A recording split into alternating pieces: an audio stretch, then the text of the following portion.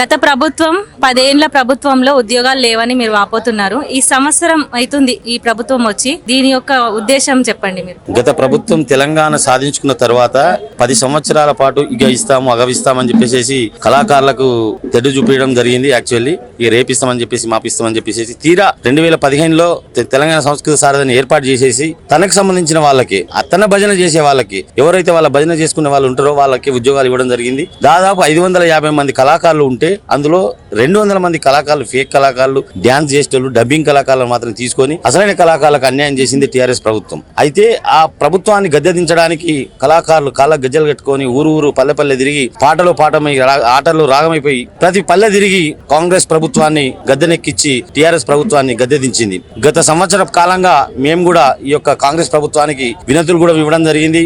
అయ్యా మీరన్నా వచ్చిన తర్వాత మాకు ఉద్యోగాలు కల్పిస్తారని చెప్పేసి మీ పరిపాలన లోపల మాకు న్యాయం జరుగుతుందని చెప్పి మేము రేవంత్ రెడ్డి గారు కూడా విన్నపించడం జరిగింది. కాబట్టి ఈ రోజు మేము తెలంగాణ సంస్కృతి సారథి అయినటువంటి చైర్మన్ గా ఎన్నికైనటువంటి వెన్నెలక్కని మేము నిరుద్యోగ కళాకారులందరినీ ఇక్కడికి రవీంద్ర భారతికి పిలిపించి ఇక్కడ మేము ఘనంగా ఆమెను సత్కరించడం జరిగింది.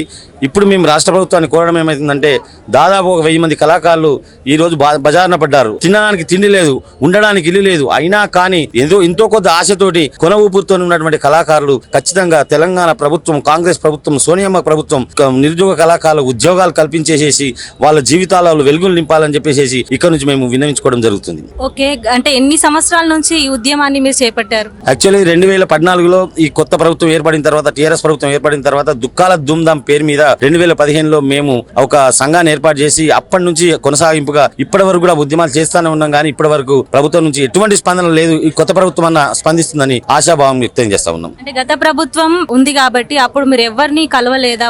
వారికి ఏమి మీ బాధను చెప్పుకోలేదా? మేము సీఎం చంద్రశేఖర్ రావును కూడా కలవడం జరిగింది, కేటీఆర్ ని కలవడం జరిగింది. ఒక దుర్మార్గుడైనటువంటి రసమయ్య బాలకిషన్ మధ్యలో ఉండేసేసి ఆయన బేరసారాలు చేసేసి ఎవరిని కూడా దరిదాపులకు రానివ్వకుండా ఉద్యోగాలు రాకుండా చూసినటువంటి ప్రధానమైన వ్యక్తి రసమయ్య బాలకిషనే. యాక్చువల్లీ అందరికి వినతులు పెట్టినా కానీ ఇంటర్వ్యూల పేరు మీద ఏదో కొంగ జపం చేసినట్టుగా ఇంటర్వ్యూలు నిర్వహించి కాల్ లెటర్లు ఇచ్చి కూడా ఉద్యోగాలను ఇవ్వలేదు మా టీఆర్ఎస్ ప్రభుత్వం. ఉద్యోగాల విషయంలో ముందు రసమయ్య ఉండొచ్చు, తర్వాత జూపల్లి కృష్ణారావు, తర్వాత వెన్నెలక్కని. ఇప్పుడైనా మీకు న్యాయం జరుగుతుంది అని మీకు భరోసా ఉందా? తప్పక న్యాయం జరుగుతున్నటువంటి భరోసా, ఆశ మా లోపల ఉంది. ఎందుకంటే రేవంత్ రెడ్డి సారథ్యంలో నడుస్తున్నటువంటి ఈ యొక్క కాంగ్రెస్ ప్రభుత్వం ప్రజల ప్రభుత్వం కాబట్టి ఈ ప్రభుత్వంలో ఖచ్చితంగా కళాకారులకు న్యాయం జరుగుతుందని చెప్పి, ప్రజలకు న్యాయం జరుగుతుందని చెప్పేసి ఆశాభావంతో ఉంటాము. ఒకవేళ ఇక్కడ కూడా మాకు అన్యాయం అంటూ జరిగితే ఖచ్చితంగా మేము మా నిరసన కూడా వ్యక్తం చేయడానికి సిద్ధంగా ఉన్నాం, మేము ఉద్యమాలు చేయడానికి కూడా సిద్ధంగా ఉన్నాం. కానీ తెలంగాణ ప్రభుత్వం ఇంటెలిజెన్స్ ఉన్నటువంటి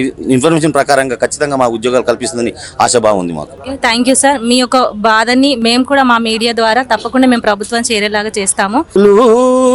జోహారులు అమరులకు జోహార్, వీరులకు జోహార్, అమరులకు జోహార్, వీరులకు జోహార్, అమరులకు జోహార్, వీరులకు జోహార్. మా ఉల్లా రే ఉల్లా మట్టి పొత్తిల్లల్లా, మట్టి పొత్తిల్లల్లా, మట్టి పొత్తిల్లల్లా.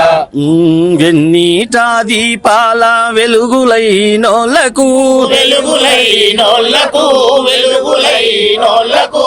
ఏటి పాయల నీటి ఊటలా జోహార్, ఊటలా జోహార్, ఊటలా జోహార్, ఊటలా జోహార్, వరి మూటలా జోహార్. జోహారులు జోహారులు అమరులకు జోహార్, వీరులకు జోహార్, అమరులకు జోహార్, వీరులకు జోహార్. జోహార్ తెలంగాణ విద్యార్థి అమర వీరులకు, జోహార్ జోహార్, జోహార్ తెలంగాణ విద్యార్థి అమర వీరులకు. జోహార్ జోహార్.